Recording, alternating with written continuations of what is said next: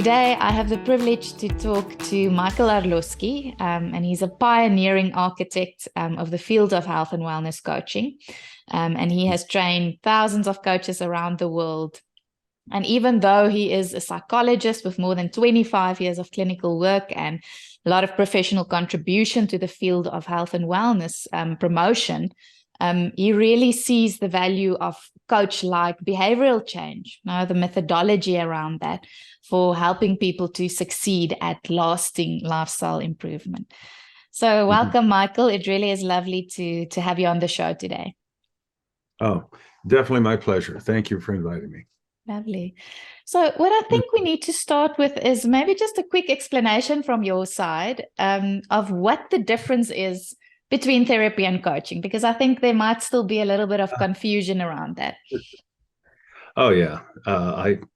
I'm really very dedicated to clearing that up, you might say, being both psychologist and coach, and have done a lot of clinical work over the years and so forth. And it's really important for coaches in particular to understand that, so that they can feel free enough to work with emotions, to not shy away from it. They have to learn how to do that, and yet know how to do that without crossing that thin line over into the therapeutic world.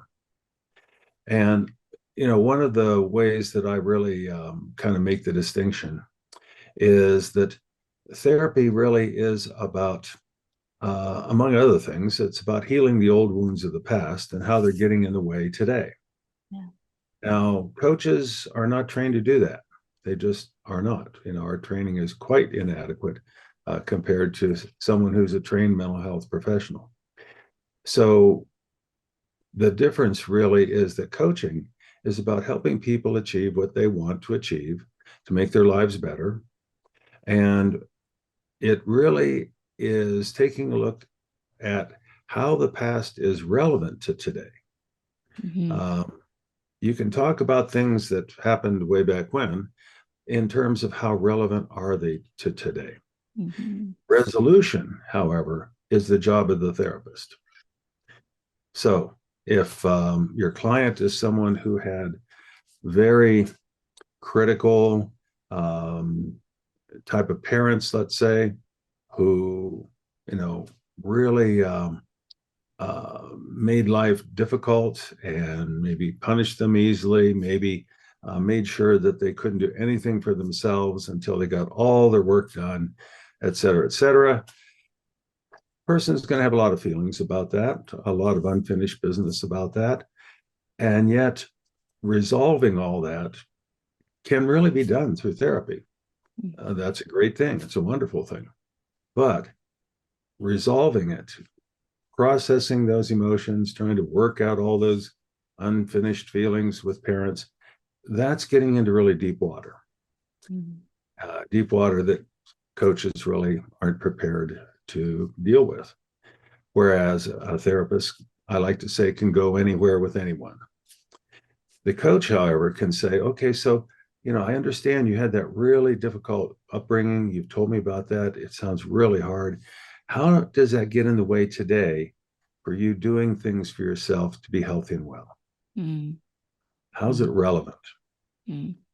That we can explore, because what you end up, a lot of coaches, and I'm sure you've seen it yourself there, where people have the need for more self-care, taking time for yourself, even taking time to exercise, go for a walk, get the help that you need, to ask for the help that you need, all these things. And yet some of that old stuff definitely becomes an internal barrier. Well, we can talk about it as it's relevant. So that's my big distinction: resolution versus relevance. Okay. So we don't necessarily have to solve the wounds of the past in a coaching process in order to help the client move forward, or to hold the space even around some of the emotions that they are experiencing around that. But the focus is the future instead of the past, right? Yeah. Okay. Yeah. Moving from there, then and there and then, however you want to say it, to here and now, and where we go from here. Okay. Mhm. And I guess that's one of the reasons why you are such a fan of coaching, right? So just maybe tell me a little bit more about that. How did you get into the area Mhm. of coaching, and why are you Sure. such a fan? Yeah. I'd say it really I started heading kind of in that direction, or I was sort of primed to go in that direction because I was always fascinated with humanistic psychology, growth, human potential, the work of people like Abraham Maslow, Mm. Carl Rogers, Virginia Satir, people like that. And they were always talking about um, the things that positive psychology people talk about today. Mm. Mm. And as a result, I was very attracted to the wellness movement many years ago. I was very fortunate. I was able to go to the first wellness conference in the history of the whole world uh, Mm. back in the Wow. late 70s. And I've been very involved in that field ever since. I was working in university counseling centers, and I did that for a total of 17 years. And one of the problems with a psychologist that works in a university counseling center is there's only one way to move up, and that's to become a counseling center director. And as a director, you really don't have much opportunity to do counseling anymore. You're pretty much a university administrator. Mm. And I did that for about half a year as an acting director. And I learned that I really didn't want to do that. I didn't want to essentially change careers. So as I was kind of in this go nowhere situation, I looked around and I came across this newly forming field of coaching, life coaching, business coaching, leadership coaching, and so forth. The International Coaching Federation was formed in 1995. And in 1996, 97, I got my training as a coach, saw that it was different than being a psychologist or a therapist, and realized I needed to have specific training in coaching. So I went to Coaches Training Institute, learned really the craft of coaching, and started working independently um, from, you might say, from ground zero. Mm. And loved what I was doing, loved the potential of it, loved what results were happening. And when I started working with people around health challenges and that kind of thing, I just saw that, the whole idea of combining what we knew about wellness and health promotion with coaching just was a natural fit and had to happen. Mm. Mm. Yeah, I love that. And obviously you've written quite a bit on the topic, and what I want to dive a bit deeper into today is the book that you've recently written, and that is called Mhm. Masterful Health and Wellness Coaching. And that is Mhm. about deepening your craft as a coach, Yeah. right? And one of your aims with this book is to give coaches the tools to evolve from a good coach to one of exceptional ability, right? So maybe you can just give us some info on, on the book and what inspired you to write this specific one. Mhm. Yeah. Yeah, really, it may sound, I don't know, pretentious a little bit, but really, I wrote it to elevate the craft, Mm, elevate the field, the whole profession. mm, Because what I was observing in a lot of the coaches we were training, especially when they got training from other programs and so forth, was that coaching had become pretty basic in a lot of places. It was about SMART goals, it was about accountability. A lot of organizations that were trying to leverage the numbers were making coaching calls extremely short mm, and really quite basic. And when you really look at coaching and it's what it aspires to do with people, it's really to evoke transformation. mm, How do you help someone transform who they are so that they can live their life better the entire rest of their life? mm, It isn't just about, okay, like you see some studies, and I understand we have to build studies about behavior from the ground up and pretty basic. But, some of the studies are, well, X number of people were walking at this low level. Now they're walking at this much higher level per week. and our study's a success. Well, that's great. But we're not just trying to change one behavior for the length of a study. Mm-hmm. We have the daunting task of helping someone change the way they live and make it last for the entire rest of their life. That's really kind of a big deal. It is. It so, is. Mm. so coaches need to have skills, they need to have presence, they need to have depth to be able to really help people do that. And that's why I wanted to really share a lot of what I knew, and we ended up with a 412-page book. Yes, it was quite a read, hey? And I found it very insightful. But I like this idea of you centering it around transformation, right? And your description of transformation, like you said, your prerequisite is it should be lasting, it should be enduring. It's not about a 12-week program to lose the weight and then just gain Right. that and more back, right? That we so often see in the diet industry. So your view is really that for lifestyle improvement to be successful, it must endure for a lifetime. Otherwise, it's it's not successful.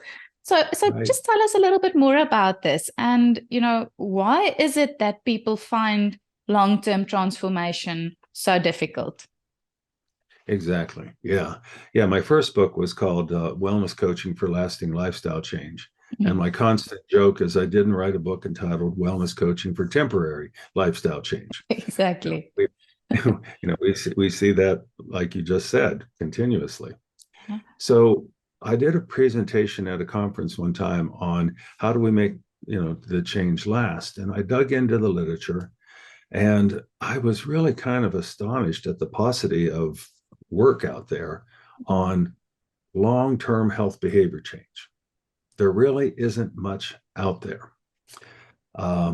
There's our big, population health longitudinal studies, like the Framingham study in Massachusetts and so forth, that was on heart disease and so forth.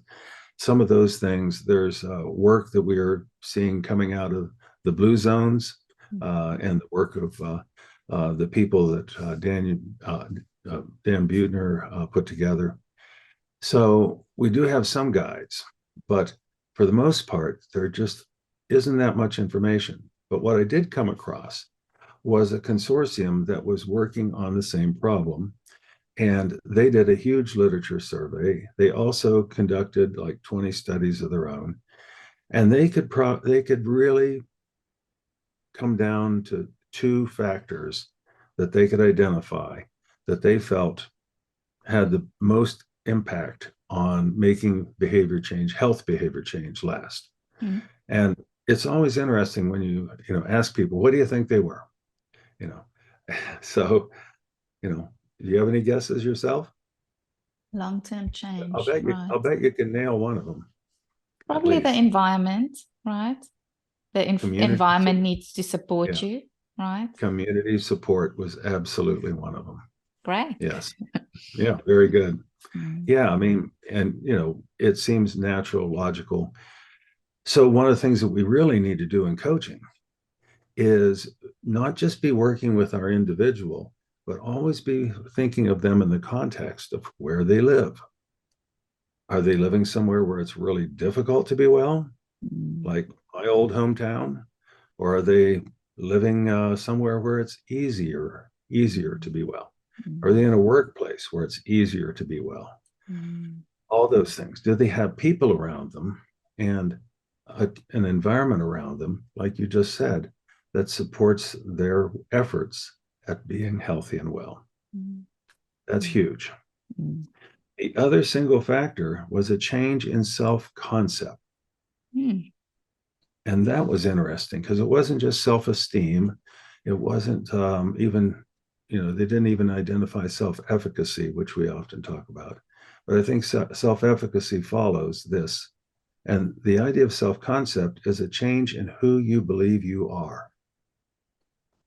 And a shift in that, shifting from, well, I'm just somebody who's doing the best they can. And, I just kind of do what I've always done. And I'm not very conscious about how I'm living my life and lifestyle, to someone who is very conscious. Mm-hmm. Now I'm saying to myself, well, now I'm a runner, I'm a bicyclist, I'm a outdoors person, I'm, whatever it might be, or I'm a person that's really into plant-based food and healthy eating and so forth and so on. A change in who you kind of see yourself as, that tends to last. Uh-huh. Very So interesting. how, Yeah. so how can we support that? How can we coach for connectedness so that the person really is out there finding more resources that are going to help them to live that healthy, well life? Mm. Yes, and finding like-minded individuals, right? Because I see so often with my clients as well, when they've got a social environment, where bad habits are encouraged, it's really difficult to make that change. To maybe coach them to find a new group with like-minded individuals could make a big difference. So it really is that combination of environmental support and the internal shifts. So Yeah. as you mentioned, who you think you are, but I think also who you think you ought to be, right? And Yeah, that's also right. something that you touch on in the book, Yeah. right? Oh, And yeah. there's a big difference there. Yeah, there really is. And that's one of the reasons that, coaches have learned to help someone create what we call a well life vision of Mm, themselves. mm, You know, have that positive view in the future of seeing yourself living your best life possible. And realizing, you don't snap your fingers and it happens overnight. You have to build toward it. But when you have that goal of where you're headed, mm, then you can create a map to get there. Yeah. mm. And that's the difference between an away from goal and a towards goal, right? So often Right. we first start seeing people when they don't want to be fat anymore, they don't want to be ill anymore. But the moment we create that vision, it's Mhm. they can show up each day with more clarity. What do I need to do next to get there? And often they feel more motivated to get there, Exactly. right? Yeah. Yeah. We always talk about fear motivation, like you're Mm, saying, the away from goal. I want to stay away from the operating table. exactly. Yeah. So a lot of our, efforts at health promotion in the past have been, to avoid this and avoid that. And, it's been really kind of negatively based.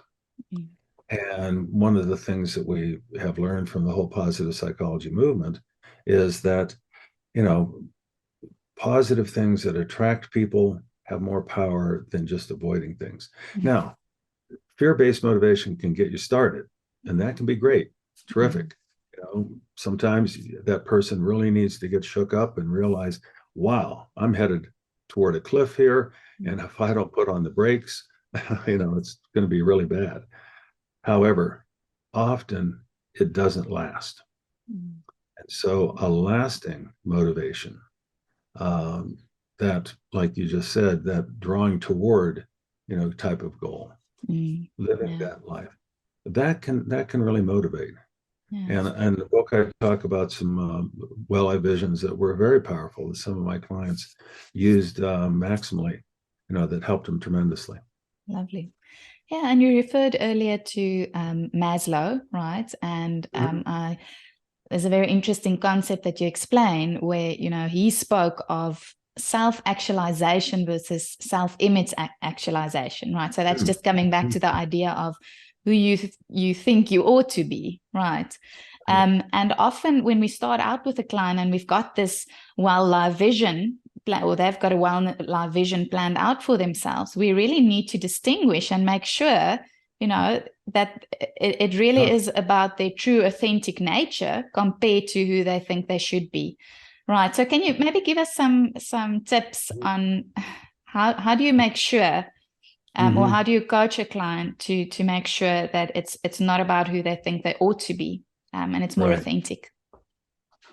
Yeah. Oh, I love that question. And that's a first time question on that. I love it. Of all the Okay, interviews I've had, that's brilliant. good. Uh, yeah, really. I think Maslow was definitely on the right track there. And we see this so much in popular media, trying to influence people about who they think they should be. Um, we see it in entertainment, we see it in the mass media for sure, and we see it even in our peer groups, the influences that others have. And I think really it's about helping people clarify their values. Mm. What really are your values? What truly, is important to you? What are the true priorities in your life?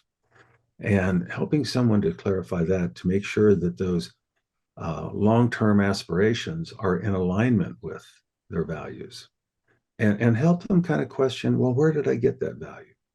Mm. Mm. Is that something that's true to me, or did I just kind of grasp onto that because a lot of my friends were into that, or it seemed popular, or that kind of thing? And then also just kind of doing the what's realistic, kind of exploration with somebody. One of the things that I really believe coaches need to do with clients is plenty of exploration, instead of just real quickly trying to identify what behavior do we want to change. Let's set some goals to change it. Let's set some action steps. Let's set some accountability, and we're good to go. Mm. It's not that simple. Yeah. And also listening more deeply, right? So it's not just about what they're saying, but also their body language and their tone of voice. We need to pick up Yeah. on those things to see if this is authentic, or if this is maybe coming from their culture or certain beliefs that they have, or even trauma that they've experienced. So we need to be on the lookout for those things. Yeah, look for the incongruities. Yeah. The laughter that is kind of inappropriate for the moment. Yeah. Something sad and they're laughing about it, type of thing. We're not going to confront them every time someone does something like that. But it's really paying attention, like you say. That deep listening is really about noticing, and the definition of mindfulness is noticing without judging. And that's what a coach is continuously doing. But we're also making distinctions. And there's a difference between a judgment and a distinction. Okay. And trying to distinguish, okay, is this congruent or incongruent, between what they were saying and how they're, showing up, like you said, non-verbally? Is there an incongruity here between what they've said in the past about their values, what they're saying now? It's all of those kinds of things. And that can really be something we can bring people's awareness to, and just simply bring their awareness to it and let them work with it rather than try to interpret it. Yes. And I think it's important to know that, if they are working towards something that they think they ought to be, that they won't necessarily get the fulfillment that they were looking for when they achieve the goal, right? So we need to take that into consideration. Yeah. Sometimes asking people, it's kind of like a question to kind of hit yourself with: who says? Who says I need to be doing that? Where's that coming from? Is that really, within me, coming from my own heart, who I am? Or is that, like you just said, coming from ought tos and shoulds and, the, trends and influences that are, there, and we need to choose among those things what we want to take in and what we want to spit back out. Yeah. And I think for us as coaches to be able to pick up on those things, we need to be in a good space, right? And this is something that you touch on in your book, where it's really important to maintain a vigilant level of self-awareness as a coach. And we need to also get ourselves out of the way when we're coaching. We need to be aware of our own values, of our own beliefs, our preferences, all of those agendas, even, that might be interfering with the coaching process and the relationship. And as you mentioned in the book as well, there are not many other professions that require such self-awareness. Now, when you're a doctor or a dentist, it's not necessarily required, but it's crucial for the coaching process. So maybe you can tell us a bit more on what the impact could be on a coaching process when you don't have that self-awareness as a coach. Mm-hmm. Yeah, I really appreciate you bringing that up, because we are in kind of a unique profession. You know, therapists, I think, as well need to be doing this, of course, but our own values, beliefs, our own issues or unfinished business of our own can definitely get in the way. Mm-hmm. And something the helping professions have been saying for many years is get yourself out of the way. You know, you don't want to be putting your agenda onto your client.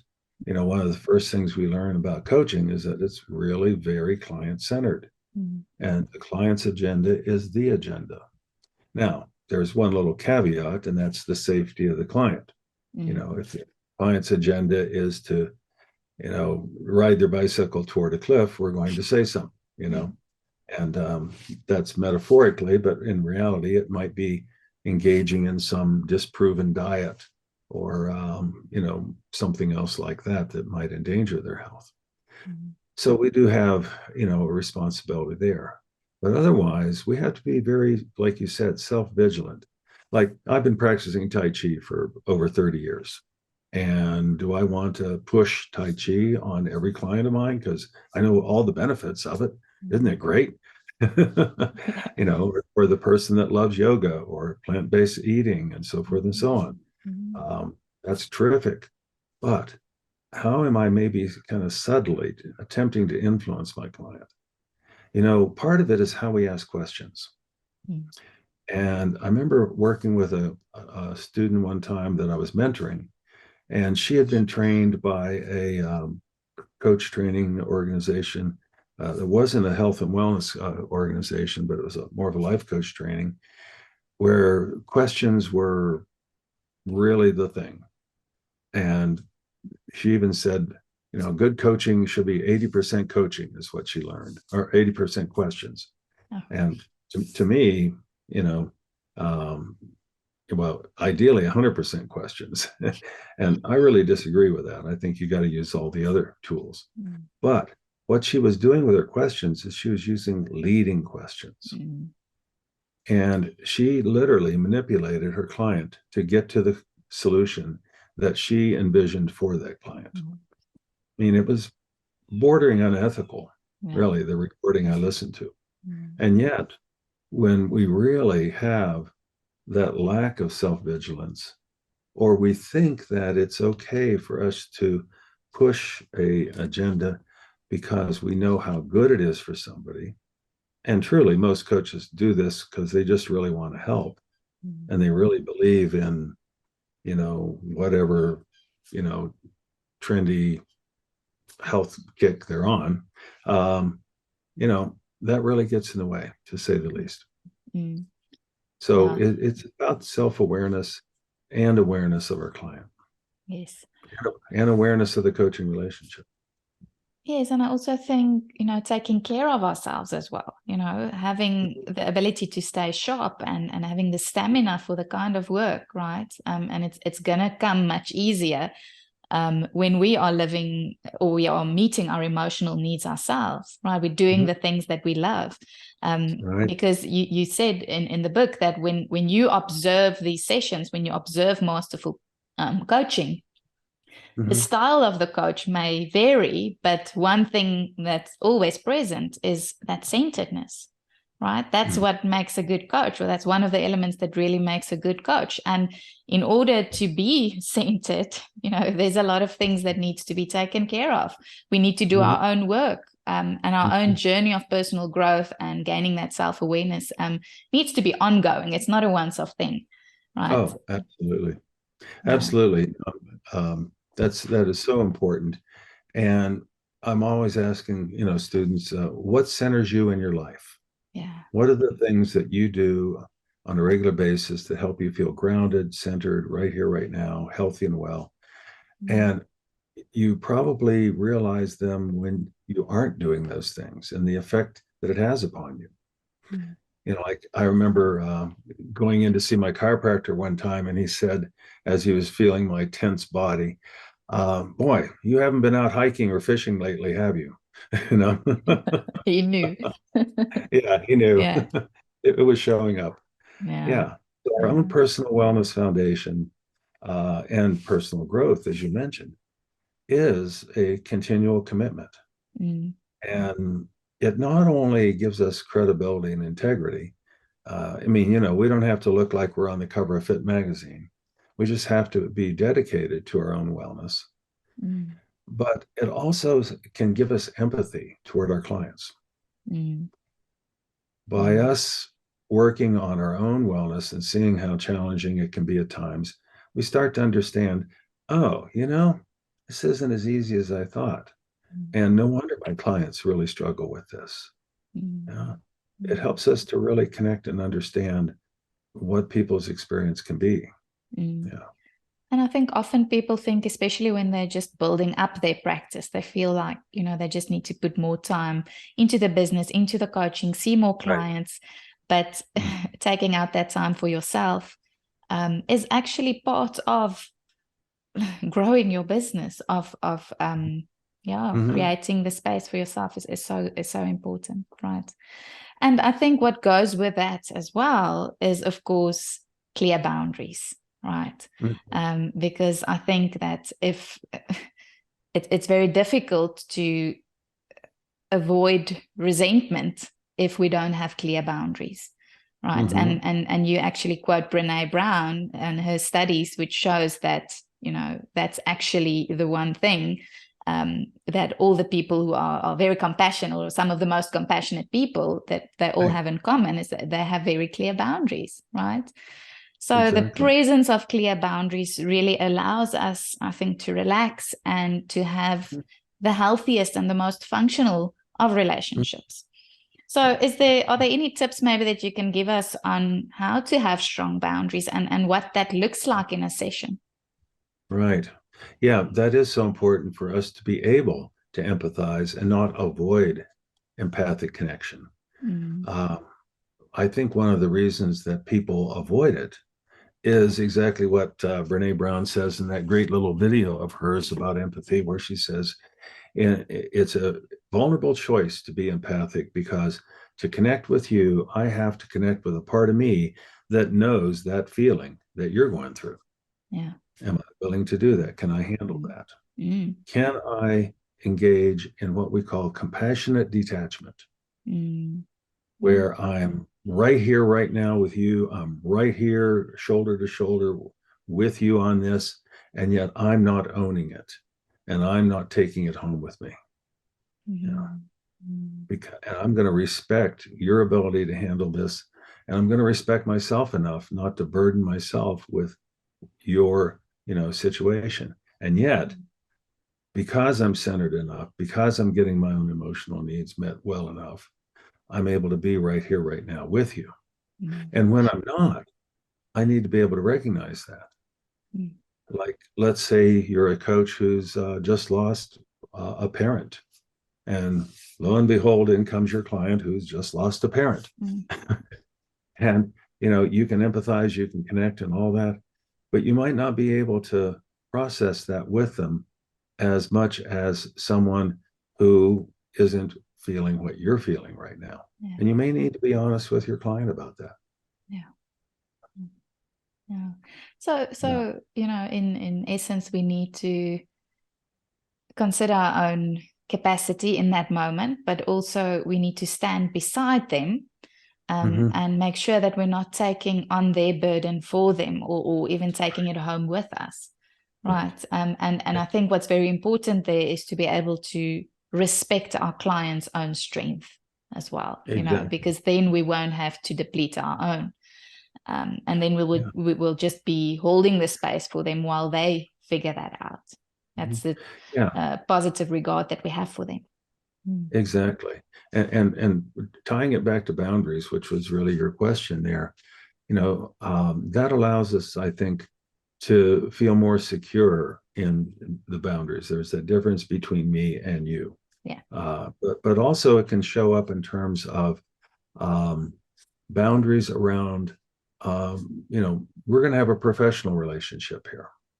Mm-hmm. And I realize that, say, for example, I was mentoring a client, a student who was sharing a recording, and she got into talking about a particular diet with her client. Now, the coach was not a registered dietitian or anything like that. And they got to talking kind of like friends about this popular diet that everybody's heard of, and I'm not going to mention. And the tricks of the trade of how to negotiate this diet and so forth and so on. And it sounded like a couple of friends chatting at a coffee shop, which, if they were just a couple of friends at a coffee shop, that would be fine. But this is a professional coach. Yeah. And you just can't do that because you're out of scope of practice. Yeah, okay? Exactly. Now you can question the person's, information about it. Where did they get it? What are they aware of? Are they aware of contradictory information about it? You can inquire about all those things, but can you coach them, so to speak, about how to execute that diet? No, you're not qualified to do that. Yeah. So that's another example of boundaries around scope of practice, boundaries around professionalism. What's interesting about coaching is we are friendly with our clients, but we can't be friends in terms of the way people are close, good buddies, chums, or whatever term you want to use. It's a little different. And our clients actually want that, because they've been talking with friends for a long time about how to be healthy and well, and it hasn't gotten them where they needed to go. They really do need that professional to work with. And yet we're not as we don't have to have as much distance as, say, a therapist that's working with a pathological population. We can be a whole lot friendlier than that. Yes, thankfully. Yeah. And I think there's also a lot of safety for the client when they experience, if there is boundaries, right? There's a sense of safety for them to maybe explore more compared to just a friendly relationship, right? Yeah, exactly. So one of the things that I've noticed, when you are holding the space for a client, is that when they do tend to feel stuck, so this is kind of jumping onto a whole new topic, but something that I do want to touch on. So when people feel stuck, I often notice that many of them feel like they don't have a choice. They don't have a choice in changing what is not working for them. I see this so often.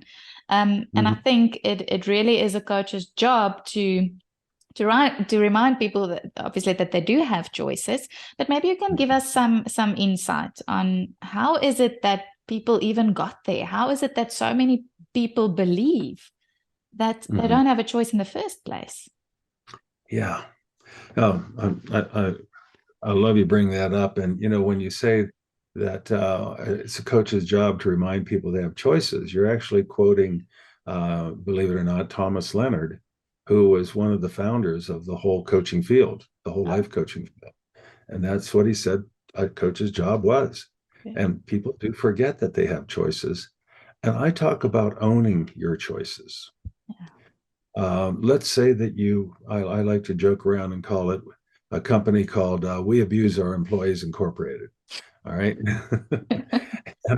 And you have a job there and you have an income and you have to keep that income coming in. All right. You can't just quit tomorrow and, be okay. So the person feels trapped, right? And when we feel trapped or stuck, boy, that's more stress than practically anything. And when you can work with a person and help them explore that and see that, okay, I'm in a difficult situation. How can I change that situation? Well, maybe I can't change it overnight. So as I'm working toward improving it or working toward changing it, I'm owning the fact that I'm choosing to work there now because I know I need to. And when that person owns that choice, it's amazing how it frees them up. They're able to go through that door at the company the next day a whole lot more easily than when they just hate it and resent it and, are angry about having to go there another day. Mm. So part of it is holding out that prospect of change, that you can make things better. Likewise, a person that's in a very bad sociological situation where they live, maybe their environment around them is, a place where it's extremely difficult to be healthy and well. How can they come up with strategies to make the best of that?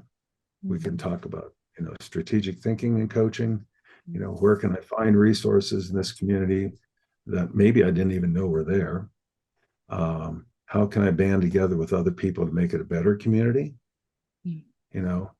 All those kinds of things. Or a relationship.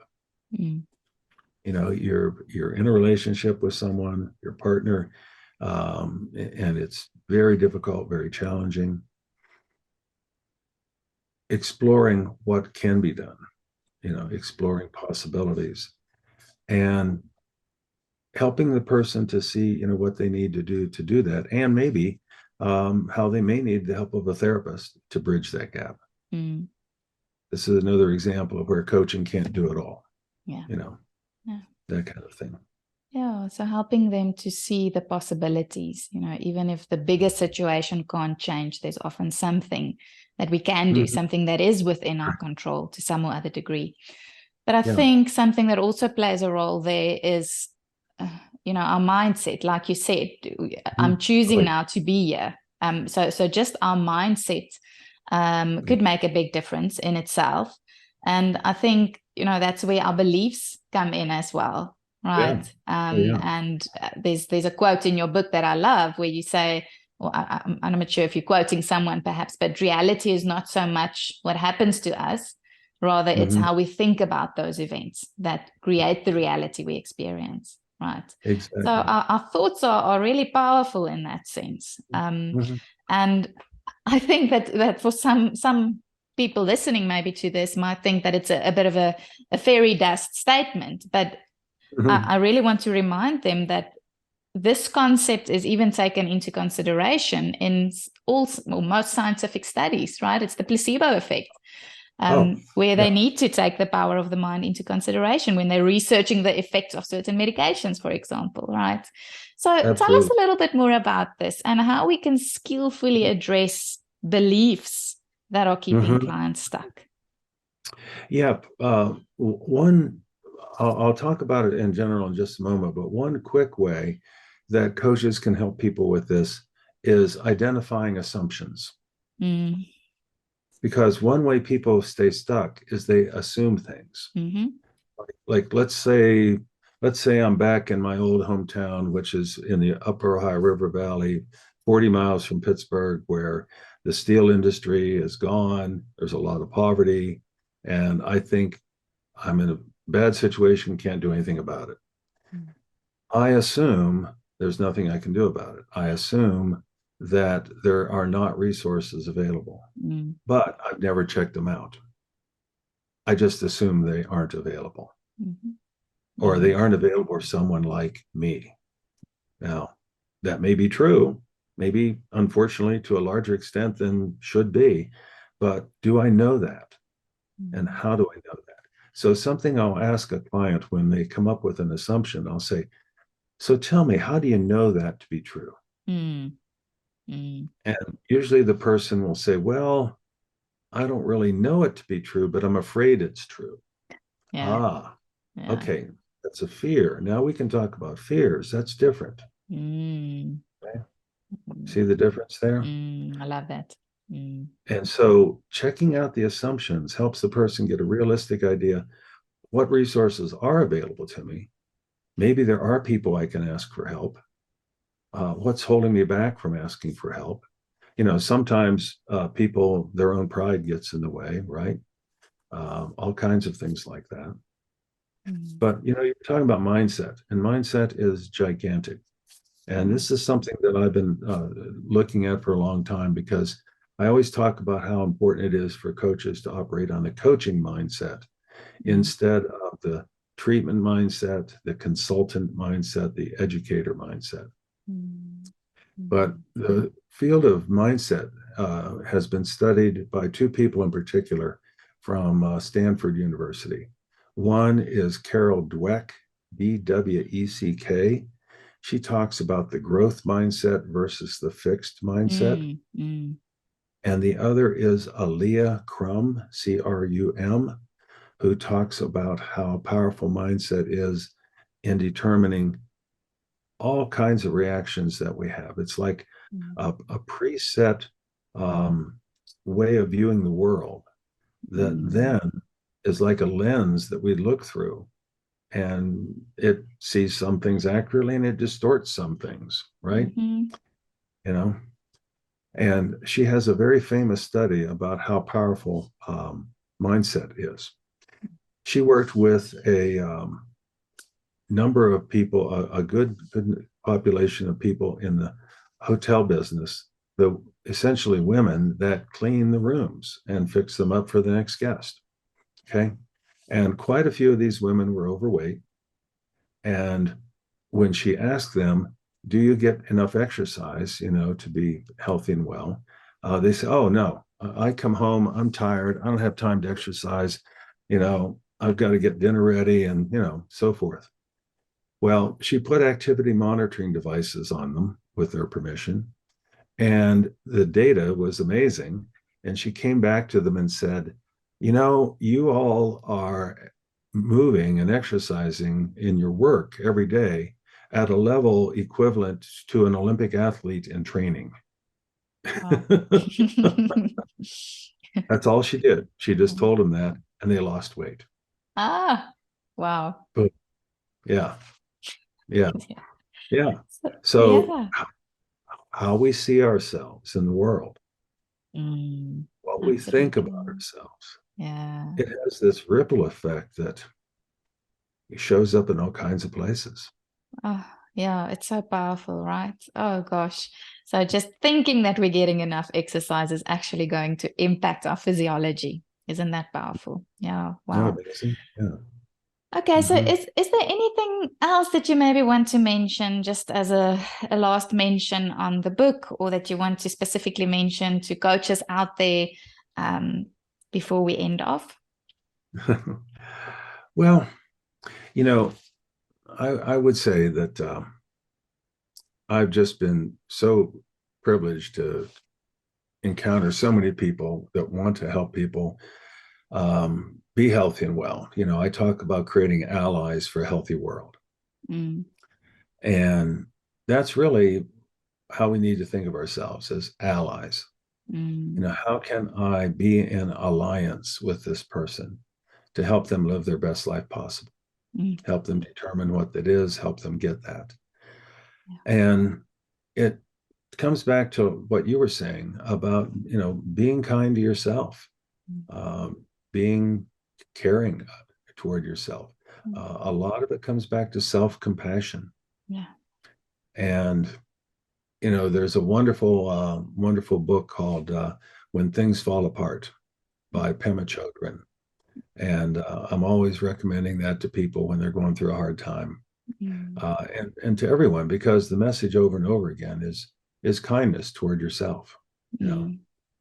So when coaches are working at building their career, working at learning these skills, working perhaps at building a business, or working for a company that has a lot of demands, engaging in our own self-care is huge. And we need to continuously be doing that. Again, Thomas Leonard once said a coach's job was to help people eliminate tolerations and get their needs met.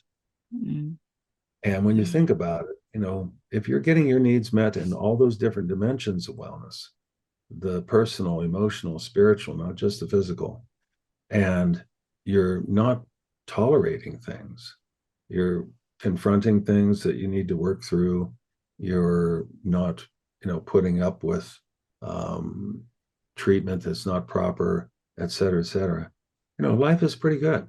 It really is. So a lot of it keeps coming back to your own personal wellness foundation. You were saying, what centers you in your life, what grounds you, what feeds your soul. Mm. Yeah. And that makes it so much easier to be an ally for our clients and to show up for people in general in our lives. I guess that applies to everyone out there. It's easier to show up and be in a good space, to be in relationship when we are taking care of ourselves in that way and nourishing ourselves in a way that really serves us. Thank you, Exactly. Michael.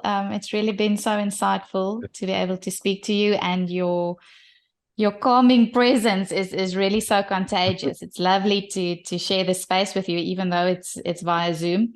Yeah, right. And yes, really, for any coach out there who wants to deepen their craft and take their coaching skills to the next level, I would highly recommend that you read Michael's book. So just one last question on where else they could get hold of you. Do you maybe have a website that you want to Oh, share sure. with us? Absolutely. Yeah, realbalance.com. Realbalance.com. Yep. Real Okay, balance. Yep. lovely. Okay, thank you, Michael. So that's it for now. And thank you for joining us, and good luck with your journey going forward from here. Oh, and best of luck with yours. Wonderful interview. I really appreciated your insightful questions. Thank you.